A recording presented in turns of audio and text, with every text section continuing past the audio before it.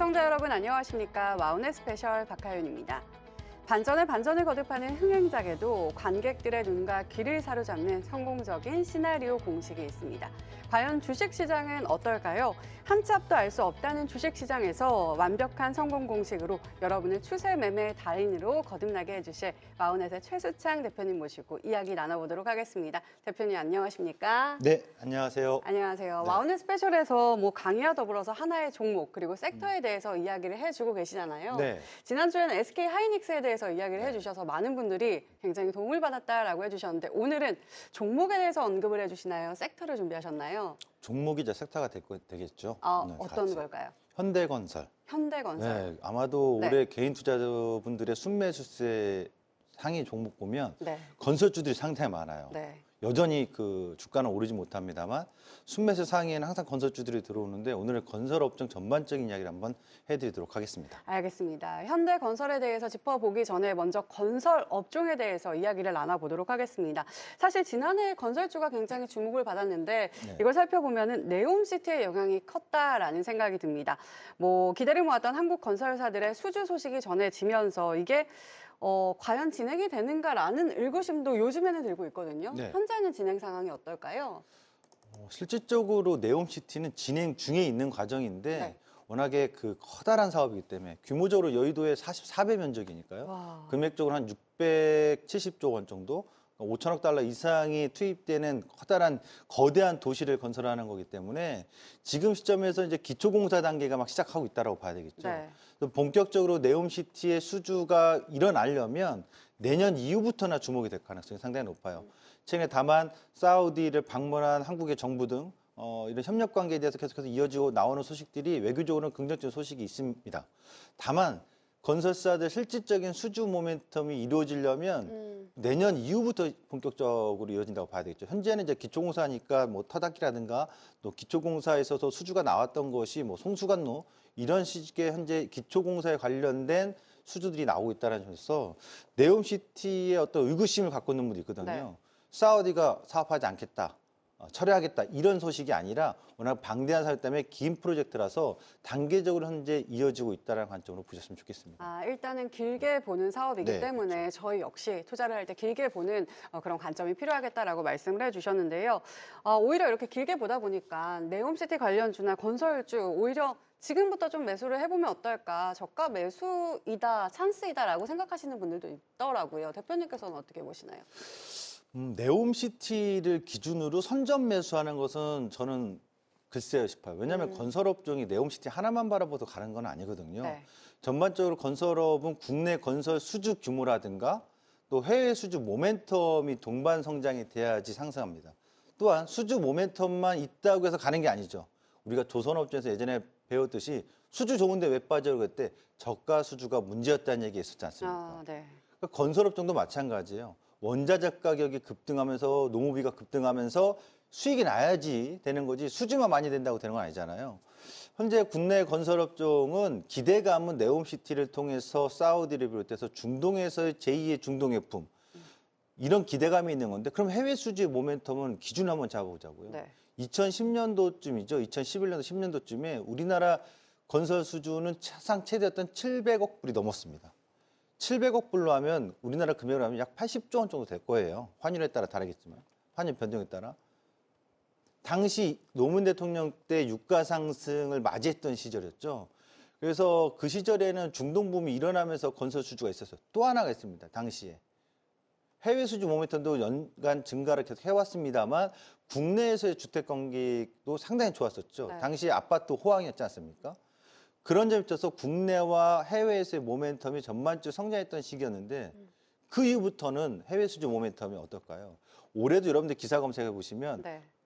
3분기 누적 수주액 2015년도 이후에 사상 최대다 이런 얘기하는데 그게 불과 235억 불 정도밖에 안 됩니다. 최근 2015년도 이후부터는 연간 그 해외 수주 모멘텀이 400억 불 넘지 못했고 200억에서 300억 불 사이였어요. 좀 좋아야 300억 불 초반이었고요. 여전히 해외 수주 모멘텀은 성장이 아니라 겨우 버티는 수준이라고 봐야 되겠죠. 그럼 반대로 국내로 들어왔을 때 국내 건설 수주는 어떻습니까? 2020년도 문재인 정부 때 200조 원의 누적 수주가 나왔어요. 음. 전체적으로 민간 시장이 4분의 3 정도 차지하고요. 4분의 1 정도 50조 시장이 이제 SOC. 네. 작년부터 재작년부터 계속 감소하고 있습니다. 그래서 올해 200조는 안 되고 190조 원대 초반으로 좀 예상이 되고 있는데 국내 건설 경기 수주액도 정부에서 내년 예산을 줄이고자 하다 보니까 실적으로 SOC 사업이 증가율은 상당히 미비하다. 그럼 국내 건설 수주도 내년에도 부정적인 상황이죠.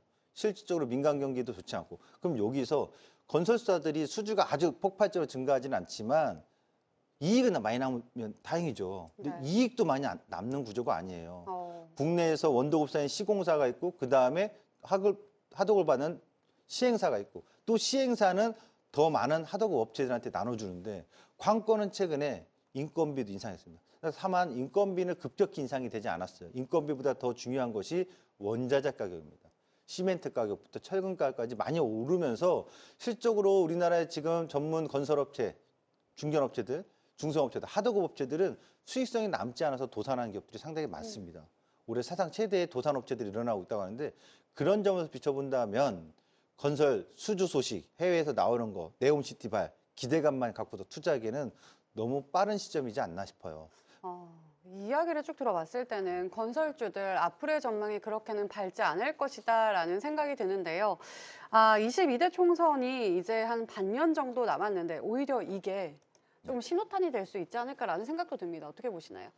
가능성이 있죠. 근데 현재 집권 여당에서의 예산 정책을 내려놓고 이제 지금 시점에서 아마 예산 국회 입법부에서 예산 심의를 거치는데 일단 이 부분이 얼마나 반영될지는 미지수예요. 그렇죠? 그렇다면 올해 예산 집행이 끝나고 나면은 그건 내년에 반영되는 거라 네. 사실상 내년에 반영되는 것이 크게 변화가 될 것 같지는 않아요. 다만 내년 총선에서 집권 여당을 견제하는 어떤 결과가 나온다면 내년 예산을 짤 때 그러면 내후년이 되겠죠. 내후년의 예산 정책에서는 좀 변화가 있을 수 있는 가능성이 있겠죠. 그렇다면 총선을 기점으로 본다면 지금부터 총선에 대한 기대감으로 건설주를 선점하는 매수보다는 네. 분명히 건설업종이 지금 현재 저평가가 한 0.4배에서 0.5배 수준에 이릅니다. PBR이. 그렇기 때문에 현격히 저평가되는 건 맞습니다만 상승을 주도할 수 있는 선점할 수 있는 이익의 증가율이라든가 그다음에 수주에 대한 모멘텀이라든가 내수에서 주택 경기의 활성화라든가 이런 부분이 여전히 부재하기 때문에 선점하기 너무 이르지 않느냐. 네. 또 하나는 도시정비 사업이 좀 활발하게 이루어질 수는 있습니다만 도시정비 사업의 국내 전체적인 수주 규모가 절대적으로 크지 않기 때문에 결국 주택 경기, 아파트 경기가 다시 활성화되는데 여전히 미분양 소식이 많습니다. 특히나 전체 미분양의 한 85% 이상이 지방에 많이 몰려 있기 때문에 전반적으로 주택 경기까지도 내년에 이어지기에는 어떤 호전되거나 개선되기에는 조금 기대치를 낮춰야 되지 않겠느냐. 다만 내년 총선 이후에 네. 내년 예산안, 총선의 결과에 따라서 내년 예산안을 구성할 때쯤이면 그때는 이제 어떤 기대감이 있겠지만 현 시점에서는 총선의 기대감을 너무 앞당겨서 쓰기에는 건설업종 여전히 좀 매력적이진 않다 이렇게 좀 보입니다. 네, 일단 2023년 건설주들의 전망까지 짚어주셨는데요. 마지막으로 현대건설에 대해서 여쭤볼게요. 개인들이 지금 계속 매수를 하고 있는 상황이잖아요. 그럼 저희는 지금 건설주가 그렇게 밝지 않은 상황 속에서 어떻게 대응을 해야 되는지 마지막 질문 드려볼게요. 좀 안타까운 건 건설주를 올해 내내 매수하시더라고요. 그러니까 누적 순매수를 보면 네. 개인 투자자분들의 누적 순매수가 상당히 많아요. 그런 점에서 비춰봤을 때 저는 빠져나와야 된다. 결단력 있게. 네. 다시 말하면 계속 물타기를 하다가 평단을 낮춰서 반등 시기에 나오는 게 좋겠냐.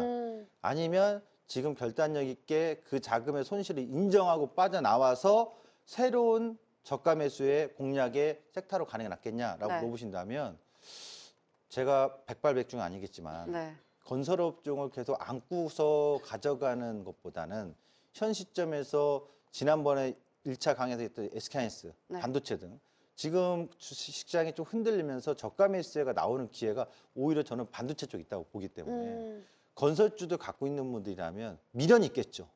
그러나 그 미련보다도 현 시점에서 결단력 있게 과감하게 손실을 좀 인정하고 포트폴리오의 종목이나 업종을 교체했으면 좋겠습니다. 알겠습니다. 왜냐하면 내년에 건설업종에 있어서 네. 기대치가 여전히 없다라는 점, 이 점에 비춰본다면 개인투자 수급이 급작스럽게 반전이 일어날 가능성은 하반기까지, 연말까지 희박하지 않나 이렇게 좀 보여집니다. 네, 과감하게 새로운 저가 매수로 볼 수 있는 섹터로 교체를 해보는 게 낫겠다라고 말씀을 해주셨는데요. 어떤 섹터 그리고 어떤 종목을 집중을 해봐야 하는지 여쭤보고 싶은데 시간이 없습니다. 또 방송 외에 시간을 또 준비하셨다고요? 네, 맞습니다. 이 방송이 이제 끝나고 나서 목요일 날 밤 9시 30분에 와운에서 공개 방송을 통해서 이 추가적인 집중 설명을 좀 드리도록 하고요. 평소에는 또 유튜브 최수창을 검색하시면 매일같이 이 업종과 시황에 대한 진짜적인 어떤 전략들을 말씀드리고 있으니까 최수창 검색 통해서 유튜브에서도 시청해 보시기 바라겠습니다. 네, 참여하셔서 좋은 정보들 얻어 가시기 바라겠습니다. 자, 지금까지 시장에 대한 이야기 나눠봤고요. 계속해 강의가 이어질 텐데요. 오늘은 완벽한 추세 매매를 위한 패턴을 읽는 방법을 알려주신다고 합니다. 강의 지금 바로 시작하겠습니다.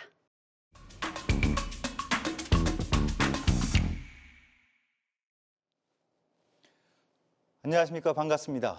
와운의 대표 파트너 최수창입니다. 되게 일주일간 기다려지셨나요? 네. 시장에서 말이죠. 어려운 구간도 있고 아주 쉬운 구간도 있습니다.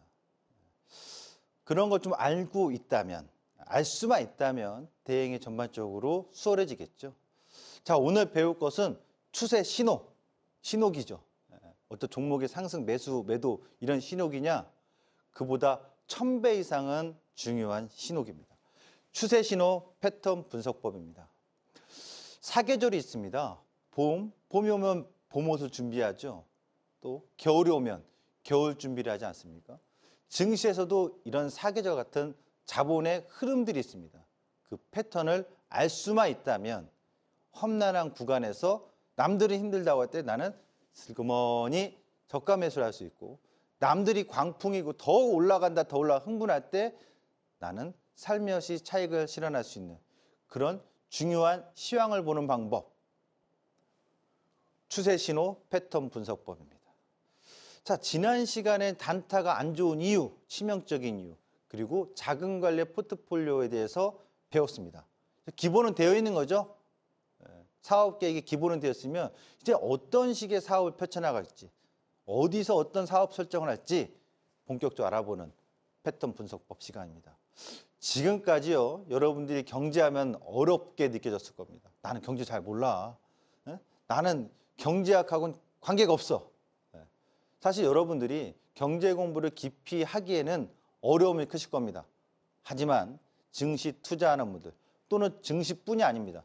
부동산에 투자하시는 분들도 마찬가지예요. 우리 대한민국 국민들 부동산 투자 누구나 할 수 있잖아요. 그런 권리가 있지 않습니까? 그렇다면 어디서도 대학에서도 가르쳐주지 않는 이 추세 신호 패턴 분석법, 오늘 가르쳐드리는 강의 내용의 지표들만 꾸준히 찾아보신다면, 관심 갖고 이해하신다면 부동산이든 주식이든 투자의 기회 충분히 잡아낼 수 있고 수익을 크게 누릴 수 있는 원리를 이해하게 되실 겁니다. 자, 본론으로 바로 들어가 보도록 하죠. 한국에서 알아야 할 지표 4가지.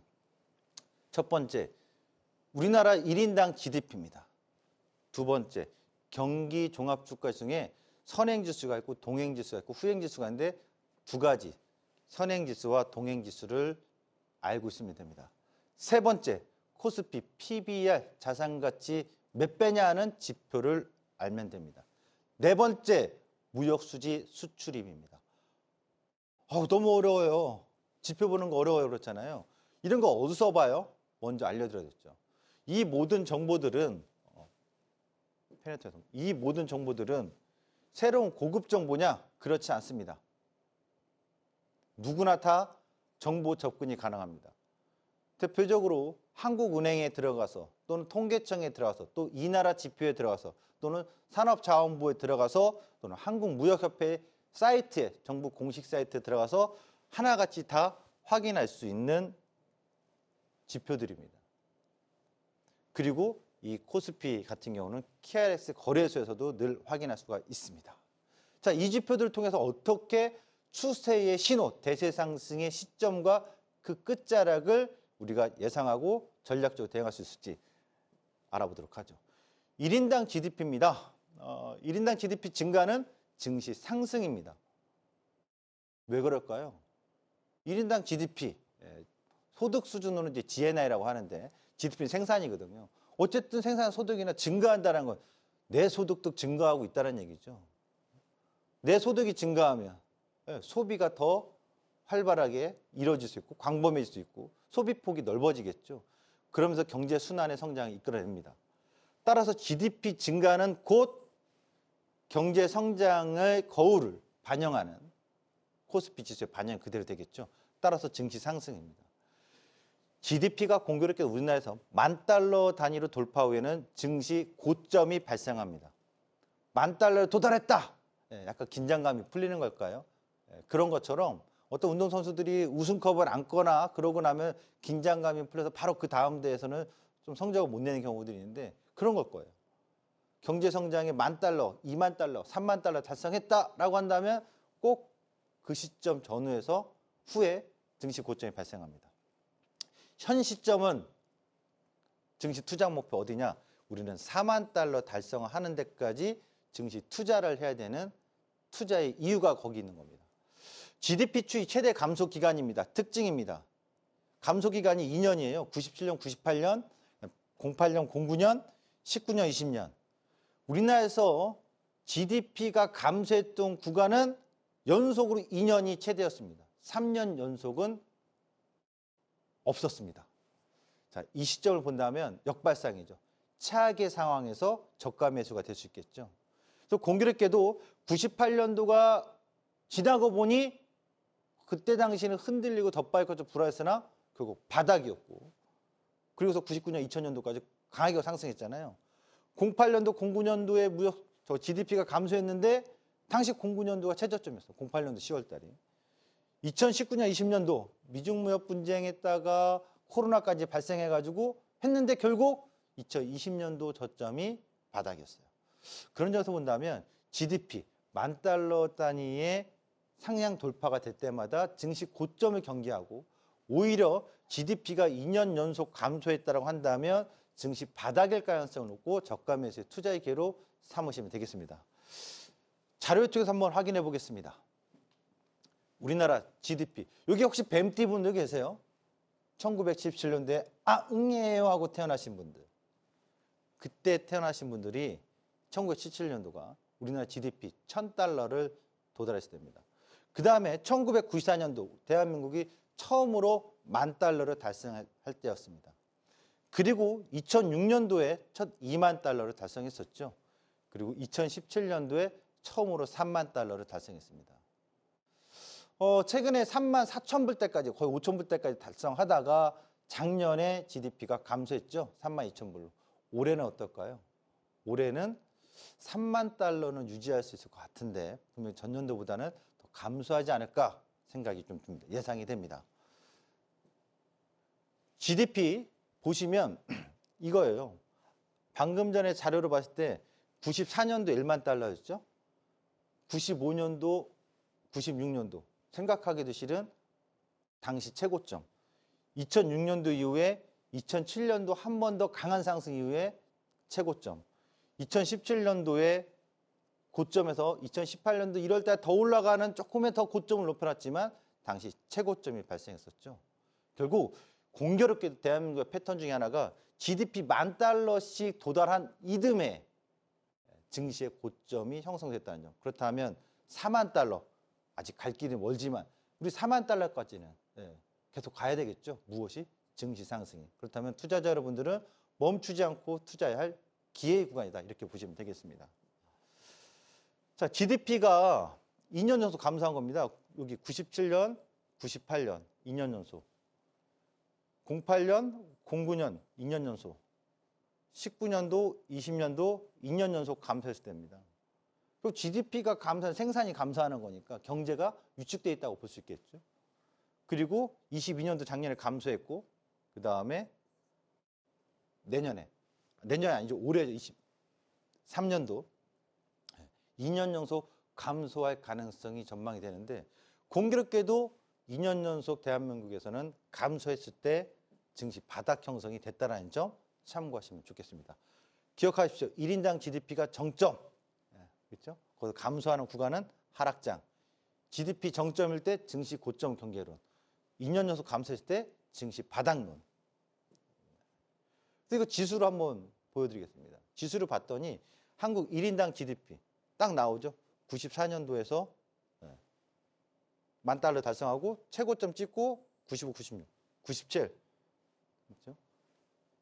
그 다음에 2006년도에 달성하고 2007년도에 강한 상승 보여준 다음에 또 하락. 서브프라임 사태 때. 그 다음에 2017년도에 처음으로 30,000달러 달성하고 2018년도에 하락. 그렇죠? 2018, 19년도. 그리고 바닥. 현재는 어떻습니까? 작년에 GDP 감소했었던 처음 해, 올해도 연속으로 감소할 가능성이 있었던 가능성이 높은 올 한 해. 그렇다면 여러분, 증시의 상승의 기대감을 당장에 반영하지 않더라도 저가 매수의 저평가 구간의 바닥스러움을 GDP로 읽어낼 수 있는 대세 신호, 추세 신호의 패턴 첫 번째입니다. GDP는 항상 기억하셔야 돼요. 이것은 워렌 버핏도 사용하는 투자법 중에 하나입니다. 대한민국 투자자라면 돈 벌려고 투자합니다. 그렇게 얘기하는 것보다 저는 대한민국 경제가 40,000달러를 갈 수 있을 거라고 보기 때문에 투자를 하는 겁니다. 그 40,000달러 때까지 투자의 관점은 유지되어야 되겠다. 이렇게 좀 말씀드리겠습니다. 그럼 경기 선행지수입니다. 선행지수와 동행지수를 보시면 이거는 뭔가요? 어떻게 또 활용하는지 말씀드리겠습니다. 선행지수가 100입니다. 100에서 102를 상회하면 경기 좋다는 얘기고 과열이에요. 102를 상회하면 경기 과열 국면. 만약 100에서 98로 하회하면 경기 침체 국면을 의미합니다. 따라서 과거의 데이터를 보면 98을 하회했던 시점이 있습니다. 2000년도, 2001년도, 08년도, 09년도, 그 다음에 이게 2020년도. 선행이든 동행지수가 98을 하회하고 오면 경기 침체. 그 얘기는 곧 자산가치 저평가 국면이다. 반대로 상위 102를 상회할 때 보시면 이때 당시가 2007년도, 2011년도, 그 다음에 2021년도입니다. 아, 그래, 나는 그럼 이 지표만 갖고도 투자를 할 수 있겠구나. 그렇죠. 98을 왔을 때 98만 오면 그래, 좋아. 나는 이제 한 몇 억씩 투자할 거야. 언제까지? 102가 갈 때까지. 안 와. 뭐 수익 들어가서 수익 내요. 그리고 다시 98에서 또 기회 매수했어요. 2020년도에. 21년도에 102로 왔네. 더 가든 말든 증시 난 이제 차익 실현할 거야. 경기 선행과 동행 지표로 과열과 침체 구간을 이용한 투자의 신호를 볼 수 있습니다. 또 하나, 경기 선행지수와 동행지수는 골든크로스와 데드크로스를 통해서 증시 상승 영역과 하락 영역을 구별할 수 있습니다. 선행지수가 동행지수를 크로스를 내고 올라가면 골든크로스. 그럴 경우에는 향후 6개월 이상은 증시 상승의 영역. 반대로 데드크로스, 선행지수가 동행지수를 깨고 하회하기 시작하면 증시 최소 6개월 동안은 하락 구간을 맞이할 수밖에 없다는 점. 07년도, 01년도, 22년도. 지금은 어떨까요? 선행지수와 동행지수가 거의 근접해서 조만간 선행지수가 동행지수를 돌파할 수 있는 가능성. 이건 매달 산업동향 발표를 산자부를 통해서 매달 말일, 1일 날 여러분들이 확인할 수 있습니다. 매달 말일 날 이 보도자료를 보시면 돼요. 산업자부 들어가서 1일 날, 첫날. 근데 조회수 보면요, 별로 안 보시더라고요. 매달 한 번씩 확인할 수 있는 지표입니다. 선행지수와 동행지수, 증시 상승과 하락의 영역을 파악할 수 있는 기준인데 이것은 통계 자료, 한국은행에 들어가셔도 있고 통계청에 가서도 늘 자료를 확인할 수가 있고 이 그래프 과거치 데이터도 볼 수 있습니다. 방금 전에 제가 발췌해온 자료도요. 바로 한국은행 들어가서 통계청 자료 이용해서 여러분들께 가져나온 자료니까 항상 순환치, 선행지수 순환치, 경기 동행지수 순환치를 두 개를 겹쳐서 차트 비교를 해보시면 되겠습니다. 세 번째, 코스피 PBR 투자 지표입니다. 이거는요, KRX에 들어가서 보시면 돼요. 결국 자산가치, 감정가를 하회한다. 물건의 건물의 가치는 변화가 없어요. 현재 10억짜리예요. 그런데 뭐 권리 분석이나 사정상 현재 경매가 나온다든가 뭐 감정가가 또 떨어질 수 있잖아요. 감정가는 그대로지만 지금 현재 실거래 가격은 떨어질 수 있잖아요. 그런 거예요. 그 주식시장에서의 감정가치는 PBR, 자산가치인데 1.0 기준으로 보시면 돼요. 대한민국에서 1.0 기준 이하에서 주식을 사서 손해본 사람 있냐 없냐? 없다예요. 다만 여러분들이 이걸 모르고 계시니까 허둥지둥 떨어지면 무조건 팔 생각만 하고 손절 스칠 생각만 하는데 그렇지 않다는 거 지금부터 확인해 보시죠. KRS 거래소의 홈페이지입니다. 딱 들어가시면요. 메인 화면에 오른쪽 맨 하단에 여기 오늘의 시장지라고 있습니다. 오늘의 시장지를 클릭하시면 다음 화면에 넘어갑니다. 그러면 이렇게 나와요. 그럼 여기 날짜 보기가 있고요. 날짜 보기. 그럼 당연히 지수가 떠지면 음봉의 종가가 있을 거 아니에요. 음봉의 종가. 최근에 가장 최저점인 시점마다 날짜를 표기해서 여기 지수 클릭을 해보십시오. 지수 클릭을 하면 이렇게 PDF 파일로 열리면서 자료가 나오는데요. 자료가 나올 때 스크롤 화면을 좀 내리다 보면 투자 지표가 나옵니다. 여기 투자 지표에 코스피와 코스피 200 밸류에이션이 나옵니다. PBR 지표가. 코스닥은 활용하지 마시고요. 코스피나 코스피 200의 PBR 지표 보십시오. 최근 2023년도 10월 26일 날 종가가 최저점이었는데 0.83배의 PBR 지표입니다. 결국 지금 대한민국의 코스피 지수는 저평가 영역이다 아니다? 영역이다라고 말할 수 있는 거죠. 과거 데이터를 한번 보겠습니다. 2000년도 이후부터인데요. 대한민국에서 PBR 지표가 1을 하회했을 때 한번 볼까요? 이 시점이 03년도 노무현 대통령 당선되어서 그 당시 3월 달이 최저점이었습니다. 08, 09년도 0.8배 수준입니다. 그리고 2016년도에 0.98, 2018년도, 2019년도, 2020년도 미중무역 분쟁이 있을 때였고 2020년도에 코로나 때문에 급락이 나왔던 시점. KRX 거래소에서 제공하는 PBR 산출 방식의 지표 0.8에서 0.7까지 2022년도 작년에 0.83 작년 9월 달이죠. 저점. 그리고 최근에 0.83까지요. 기억해 보십시오. 증시가 어땠나? 다 바닥이었죠. 자, 코스피 지수 이 자료를 한번 활용해 볼까요? KRS 거래소에 들어가서 이 시장지를 보면 예전에 2000년도 초반 때까지는 PBR이 안 나왔어요. 제공되지 않고 펌만 제공됐었는데요. 제가 PBR을 계산 산출을 해보니까 IMF 때 0.4배였습니다. 그리고 2001년도, 2003년도 요 하단이 맞을 때가 0.7에서 0.8배였습니다. 서브프라임 사태 때가 0.8배 수준입니다. 그리고 박근혜 대통령 때 여기 저점이 형성됐던 13년도, 15년도, 16년도 이 시점이 1.0에서 0.9배 수준이었습니다. 그리고 이때 18년도, 19년도가 0.8배 수준이었습니다. 코로나 때문에 급락을 줬습니다만 0.7배 수준에 머물렀고 그리고 작년에 여기가 0.8배 수준입니다. 결국 지나고 본 여러분 어떻습니까?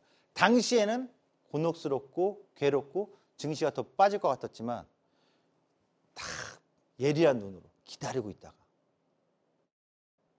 먹이를 잡는 맹수들처럼 악어들이 그러잖아요. 가만히 있다가 독수리도 그렇고 맹수들처럼 이때만 오기를 기다렸다면 이때 누가 뭐라고 한들 나는 저가 매수야. 투자할 거야. 증시에서 더 경제기사에서 폭락입니다. 더 빠집니다. 시장의 바닥은 어딜까요? 경제 상황이 어둡습니다. 내년에 더 폭 나올 겁니다. 모 수석 전략가가 얘기하는 증시 폭락들. 그럴 때 어떻게 하시라고요? 귀 막고 나의 갈 길을 가겠다. 나는 PBR 투자 지표로 그 시점마다 저가 매수를 하겠다. 그렇다면 지금 2023년도 10월의 현재 시점은 매수 기회일까요? 아닐까요? 매수 기회가 되겠죠. 다음으로 무역 수지입니다. 수출입. 대한민국은 어떤 국가입니까? 배달의 민족입니까? 아니죠. 대한민국은 수출 국가입니다. 수출을 먹고 사는 나라입니다. 수출 경제로 인해서 우리가 이만큼 경제를 일으켰던 거죠. 다양한 제조업 기반이 있는 대한민국 경제, 산업, 그리고 수출의 답이 있습니다. 과거 우리의 수출은 어땠습니까? 오래전에 경공업 산업이 발달할 때 가발 만들고 운동화 만들고 방직 공장 이렇게 성장했다가 이제 최첨단의 하이테크까지 수출하고 있지 않습니까? 과거 우리나라 무역 수지 수치를 보도록 하죠. 1950년대, 60년대 당연히 수출보다는 수입이 월등히 많을 수밖에 없습니다. 원조를 받는 국가였으니까요. 이 주황색이 수출입니다. 그러다가 1970년대 점진적으로 수출이 증가하고 합니다. 허나 그때까지도 원조, 수입의 원조가 더 많았죠. 그러다가 말이죠. 1986년도에 처음으로 아시안게임 때 수출과 수입의 역전 시점이 나옵니다. 다음으로 86년부터 계속 수출이 증가하는 추세였고요. 수입도 같이 증가하는 추세. 당시에 이제 소득 수준도 증가하고 자산 가치도 증가했었습니다. 부동산의 붐이 일었었거든요. 뭐 이 역사까지 가면 좀 오래 걸리긴 합니다만.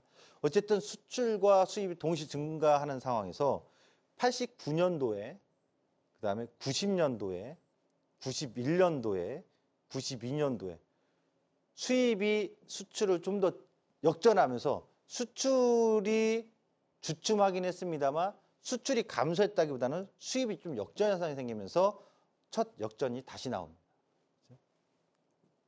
그러다가 IMF를 우리가 맞이하죠.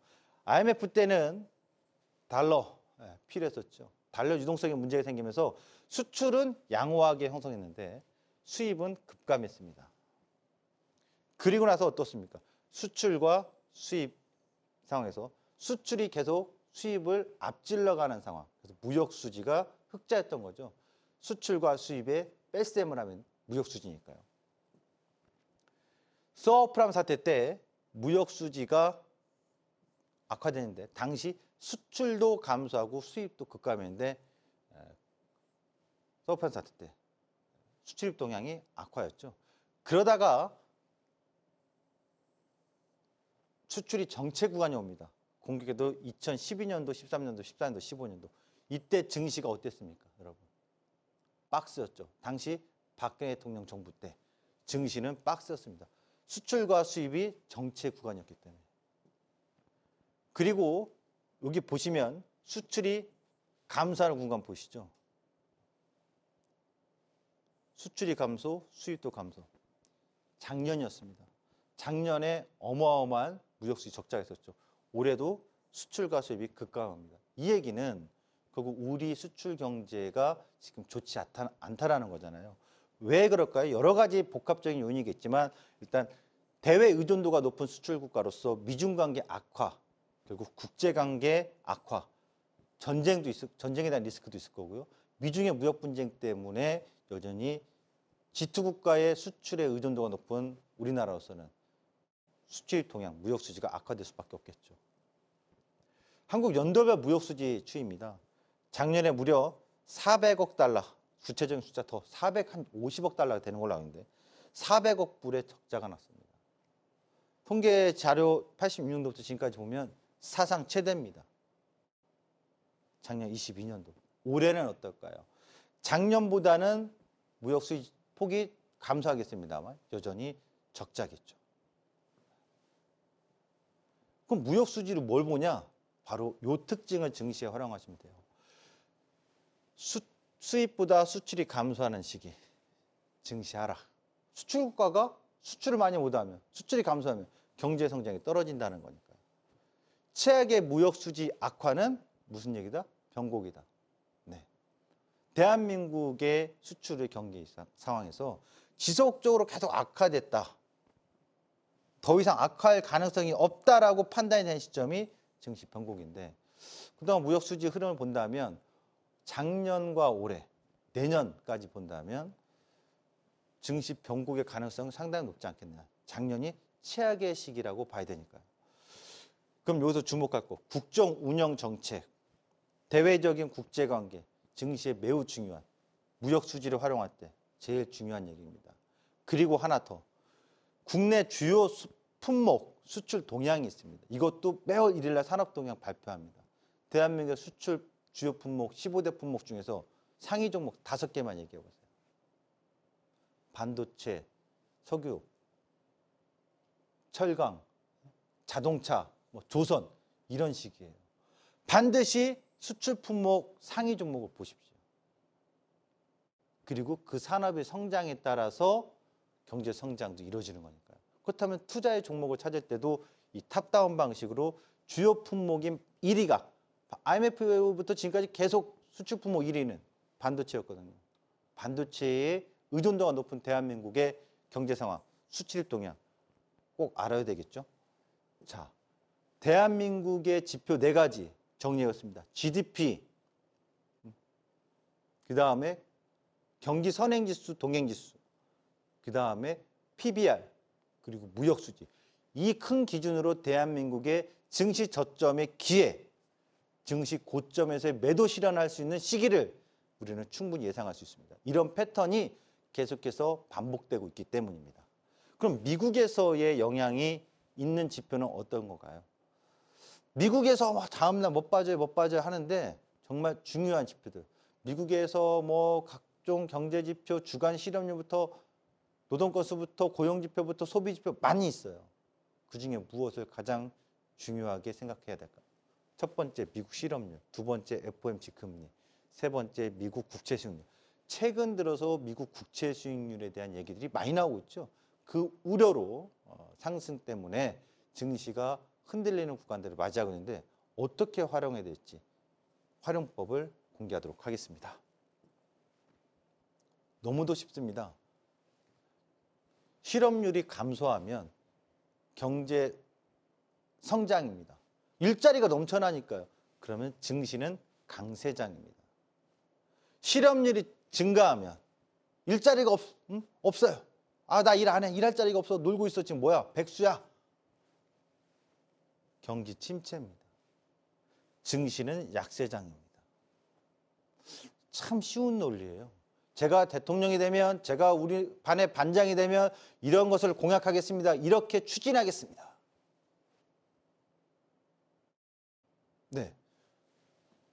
실업률이 증가하고 일자리가 없습니까? 경제가 고통입니다. 바보야, 문제는 경제야라고 했던 오바마 때의 슬로건처럼 실업률이 증가하고 경기가 침체가 되면 바로 경기 부양책을 내놓습니다. 따라서 실업률이 증가해서 정점이 될 때쯤이면 경기 부양책 효과에 따라서 변곡 시점에 증시 바닥이 나옵니다. 너무 좋아. 경제 지표 좋아. 소비 지표 좋아. 고용 지표 좋아. 다 좋아. 그러면 과열의 측면에서 증시의 정점이 다가올 수 있다는 것을 이해하고 계시면 됩니다. 이게 미국 실업률 과거입니다. 여기 하나 더 보면 최근에 2001년도에서 2년도 실업률 정점이죠. 증시 바닥이었어요. 2009년도 갑자기 코로나 때 생겼던 결국 증시 변곡은 미국 실업률의 정점에서 나타난다. 최근에 미국 실업률이 안정적으로 3.8이잖아요. 네. 지금 시점에서. 갑자기 미국 실업률이 막 올라가길 바랍니까? 그럼 증시를 한 번 더 크게 하락하겠죠. 그리고 난 다음에 거기서 변곡이 나오긴 하겠지만 지금 당장의 미국 실업률이 악화될 가능성은 좀 희박한 국면입니다. 과거 미국 실업률입니다. 50년대, 60년대, 70년대, 80년대, 90년대, 2000년대. 미국 실업률의 정점이 찍었을 때, 그렇죠? 여기. 이때가 증시 바닥론이 나왔던 때입니다. 81년도 때, 91년도 때, 그다음에 2001년도 때, 그리고 여기가 2019년도 때. 네. 그래서 공교롭게 이제 FMC도 연관성이 있어요. 결국 아까 경기 부양책은 두 가지가 있죠. 재정 정책으로 부양하는 게 있고 통화 정책으로 부양하는 게 있습니다. FOMC 금리 결국 인하 시점에서 인하의 끝자락, 그 자리는 증시 하락입니다. 금리를 인하합니다. 계속 인하를 연속적으로 할 때는 증시가 하락장이라는 얘기예요. 하지만 금리 인하가 멈추고 동결되고 금리 인상 시기에는 증시 상승입니다. 2009년도에 제로금리, 쭉 제로금리까지 증시 하락. 2009년도 계속 동결하다가 15년도 12월 달부터 금리 인상, 상승 시기까지 2018년도까지 증시 상승이었습니다. 이 자료를 통해서 미국의 S&P 500 지수를 한번 활용해 보시고 코스피 지수도 활용해 보시기 바랍니다. 결국 시장은 금리 정책의 특징상 이 사이클에서 벗어나지 않는다는 점. 볼까요? S&P 500 금리 인하 구간 하락이었습니다. 계속 인하, 또 인하, 또 인하. 그러다가 금리를 동결하다가 금리 인상은 2004년도 2월인가요? 6월 달에 시작하는데 2월 달일 거예요. 결국 상승 구간. 금리 인하 구간, 하락 구간, 금리 인상 구간, 상승 구간. 금리 인하, 코로나 때 하락 구간, 금리 인상, 상승 구간. 그럼 지금은 상승 구간인데 금리 인상 구간인데 왜 계속 못 오르고 흔들렸을까요? 바로 이 구간에서는 전쟁 리스크라고 하는 변수가 하나 발생했기 때문이지 결국 통화정책의 흐름으로 오면 여전히 상승 구간이 유지되고 있다. 이렇게 보셔야 됩니다. 그러면 이제 국채 수익률로 보는 실업률하고 미국 금리. 실업률이 높아지면 경기 부양의 금리. 실업률이 낮아지면 금리 상승. 그럼 현재 미국 FOMC는 고용지표가 워낙에 좋기 때문에 견고하기 때문에 금리 인상 시기를 유지하고 있습니다. 경제 성장이 나쁜 거예요, 좋은 거예요? 좋다고 봐야 돼요. 그 얘기는 결국 증시도 여전히 상승 구간에 있다고 봐야 되겠죠. 단 일부 전쟁 리스크에 따라서의 변동 등락이 있지만 자산 시장은 건전하게 상승하고 있는 구간이라고 봐야 됩니다. 근데 최근에 미국 국채 수익률이 이야기가 오면서 걱정스러운 얘기들을 합니다. 저는 미국 국채 수익률이 뭔지도 몰라요. 채권이 뭔지도 모르는데요. 사채는 알아요. 채권은 몰라요. 나라에서 발행하는 겁니다. 근데 이걸 어떻게 활용해야 돼요? 요즘 기사 보면 10년물이 5%를 넘어갑니다. 단기물이 5%를 넘어갑니다. 이자 비용 많이 나가겠네. 여러분, 쉽게 설명드릴게요. 이거 놓치지 마세요. 미 국채 수익률을 활용할 때 먼저 보시면 0입니다. 장단기 금리. 장기 국채 10년물이 2년물보다 더 비쌉니다. 이자율이. 그래서 항상 0을 기준으로 플러스화 되어 있는 게 일반화되어 있는 겁니다. 그런데 어느 날 역전이 됩니다. 이렇게. 보시면 당연하지.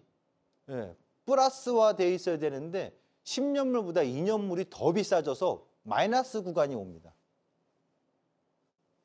자주 오는 건 아니죠. 가끔 오죠. 그럼 그때마다 무슨 일이 생겼냐? 그 이후에 음의 영역인데 경기 침체. 그래서 역전 생기면 경기 침체라는 얘기를 하는데 그럼 지금 주식 다 팔고 떨어야 되는 거 아니에요. 역전 구간이잖아요. 어떻게 활용할지 보도록 하죠. 공교롭게도 방금 전에 그 자료를 보셨을 때 역전 현상이 생겼던 구간들입니다. 미 국채 수익률이 역전 구간이 생겼던 80년대 초반, 81년도, 2년도까지 증시 하락이었습니다. 하지만 결국 대세 상승이 나왔고 언제까지? 다음 미국 국채 수익률이 역전 현상 생기는 80년대 후반까지. 기억하십시오. 역전 구간 후 경기 침체에 오는 거 맞습니다. 왜 그런데 증시는 상승일까요? 어디까지? 다음 역전 구간 때까지 대세 상승. 제가 반장이 되면, 제가 대통령이 되면 경기 침체, 경기를 일으키겠습니다. 경제를 세우겠습니다. 각종 부양책들이 나오기 때문이죠. 그러니까 지금 시점에서 역전 구간이 생겼다고 해서 경기 침체가 안 오는 게 아니라 올 수 있어. 오라고 그래. 증시 투자자는 그것을 반겨주시면 됩니다. 이거 한 번만 그런 거 아니었어요? 다음 거 한번 볼까요? 미 국채 수익률 역전 현상이 생겼던 80년대 후반 경기 침체가 왔었습니다. 그 다음에 쭉 언제까지? 다음 국채 수익률 역전 현상이 2000년대 초반 생겼거든요. 그때까지 미국의 S&P 500 지수는 강한 상승이었어요. 또 하나, 2000년대 기술주와 9.12 테러까지 겹치면서 경기 침체가 불보듯 뻔했던 역전 현상이 생겼을 때 증시 바닥이었습니다. 그런데 언제까지 올라요? 2007년도까지 대세 상승. 다음 역전 구간이 생겼을 때예요. 2009년도. 역전 구간이 생겨서 서프라임 사태 때 나는 기회야. 큰일 날 소리 하고 있어. 지금 증시 망하고 말이야. 전 세계가 미국의 그 넓은 땅에서 말이야. 이 부동산 위기가 올지 누가 알았어. 분기 위기가. 어? 무슨 투자를 해. 지금 현금 갖고 있어야지. 모르는 소리 하지 마. 역전 구간에서 사는 거야. 역전 구간에서 뭘 사야 돼요? 네, 자산을 사두는 거예요. 그랬더니 대세 상승을 맞이했습니다. 참 쉽죠? 네, 정말 쉽습니다. 근데 몰랐기 때문에 대한민국 투자자들은 이런 지표를 몰랐기 때문에 주식이나 부동산이나 막 오를 때만 부동산은 어제 자고 났더니 1억이 올랐대. 지금 살까? 아, 자고 났더니 또 주식이 올랐어. 지금 살까? 이러는데 말이죠. 실은 그런 투자는 땡. 돈은 못 법니다. 잠깐 단맛은 보겠지만 다 토해내게 되어 있어요. 이 기본적인 경제 지표를 바라보는 원리. 고등학교 때 맨날 국영수만 배웠죠. 대학교 때 뭐 했어요? 미팅, MT, 술자리, 학과 공부, 학점 따기. 누구 하나 가르쳐주지 않는 경제 지표예요. 경제학과 출신들도 잘 몰라 이거 활용하는 거. 그러나 제가 쉽게 그동안에 증시를 공부하면서 30년 가깝게 공부하고 찾아보니 정말 중요한 이 지표들은 이 7대 지표를 알고 있다면 부동산의 투자 시기도 주식의 저평가됐던 시기에서도 잡을 수 있어요. 흔들리지 않을 거라고요. 그리고 작년에 역전 현상이 생겼어요. 당연히 뭐 경기 침체 현상이 나타날 가능성이 높아요. 근데 그때가 지금이 곧 기회라는 점. 최근에 미 국채 수익률은 얼마나 됐나요? 어떻게 됐나요? 작년에 이거예요. 10년물, 2년물. 이게 작년 22년도에 역전 현상이 생겼거든요. 그 최근에 들어서 마이너스 1까지. 그러다가 점진적으로 회복하면서 지금은 0.2 범위 이내에 0.2에서 0.1 사이 요 사이에 간격이 줄어들었다고. 그러면 이제 머지않아 경기 침체 구간이 올 수는 있겠죠. 그럼 뭐가 나올 수 있어요? 부양책이 나올 수 있다는 그 기대감을 가져야 되겠죠. 어쨌든 이번 역전 구간에서는 뭐다? 위기가 아니라 증시 투자의 기회로 삼으셔야 됩니다. 그럼 현재 추세의 패턴 분석, 현재 시점에서는 이 대한민국 4가지, 미국의 3가지, 7가지 종합해 볼 때 어떤 구간인지 한번 보도록 하죠. GDP 4만 달러 유효합니까? 아닙니까? 유효하죠. 네, 몇 년도에 갈지 제가 알지 못하죠. 허나 세계 경제 전망하는 기구들을 보면 대한민국은 빠르면 2027년, 늦어도 2030년 이내에는 4만 달러 달성할 수 있을 거라고 봅니다. 작년하고 올해만 후퇴했을 뿐이지. 그럼 상승을 기대해야 되겠죠. 경기 종합주가에서 골드코스 발생이 될까 말까 하니까 11월 달 첫날에 발표되는 산업동향 봤을 때 크로스가 발생 여부가 나타나는지 주목해 보시고 그러면 또 상승 기대가 되겠죠. 현재 코스피 PBR 얼마입니까? 0.83입니다. 그러면 저가 매수 유효하죠. 왜? 0.83이나 0.7이나 더 내려갈든 말든 어쨌든 그때마다 바닥이었으니까. 무역수지 감소 추이입니다. 작년에 400억 불 넘게 적자, 올해도 그럴 가능성. 하지만 작년보다는 줄어들 가능성. 어쨌든 2년 연속의 무역수지 적자. 설마 우리나라 정부가 2년 연속 무역수지 적자에서 내년까지도 적자를 할까요? 사상 첫 행정부가 되겠죠. 비난의 화살을 받을 거예요. 그렇지 않으려면 내년에는 노력하겠죠. 그렇다면 역발상으로 현재로는 하락 불안 요이지만 2년 연속 감소니까 반전의 계기를 잡을 수 있지 않을까. 실업률 FOMC 금리 여전히 긍정적인 요인입니다.